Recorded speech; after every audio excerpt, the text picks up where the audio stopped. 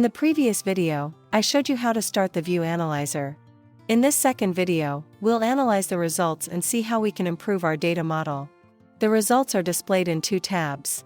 The Task Log tab provides you with information related to the View Analyzer task run itself. You can also see the memory consumption for each analyzed entity, as I have selected this option. The Entities tab contains the details of the View Analyzer findings for analyzed entities. The results are ranked by Data Persistence Candidate Score. This column gives you recommendations by identifying views that can help improve your data model if they are persisted. In our example, the tool recommends persisting the main view. If we navigate for more details, it displays the metric form for this view. As other alternatives, the tool also proposes to persist some intermediate views. Sometimes it's a good idea to persist intermediate views if they read data from different sources and combine them. The analyzer also warns us about two remote tables.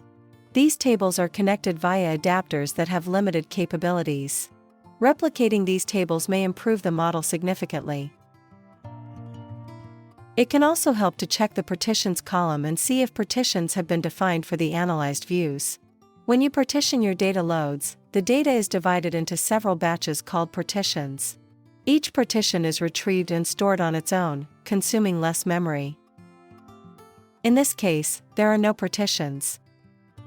You can display the whole list of results and search for specific entities or export the list of results.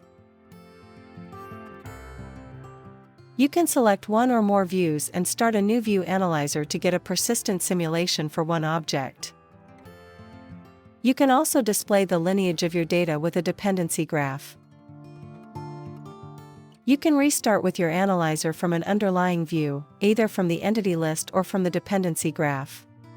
The analyzer will always start to analyze from the main view, but the persistent simulation will happen only on the selected view, regardless of its persistence status. That's it for today. Thank you for watching.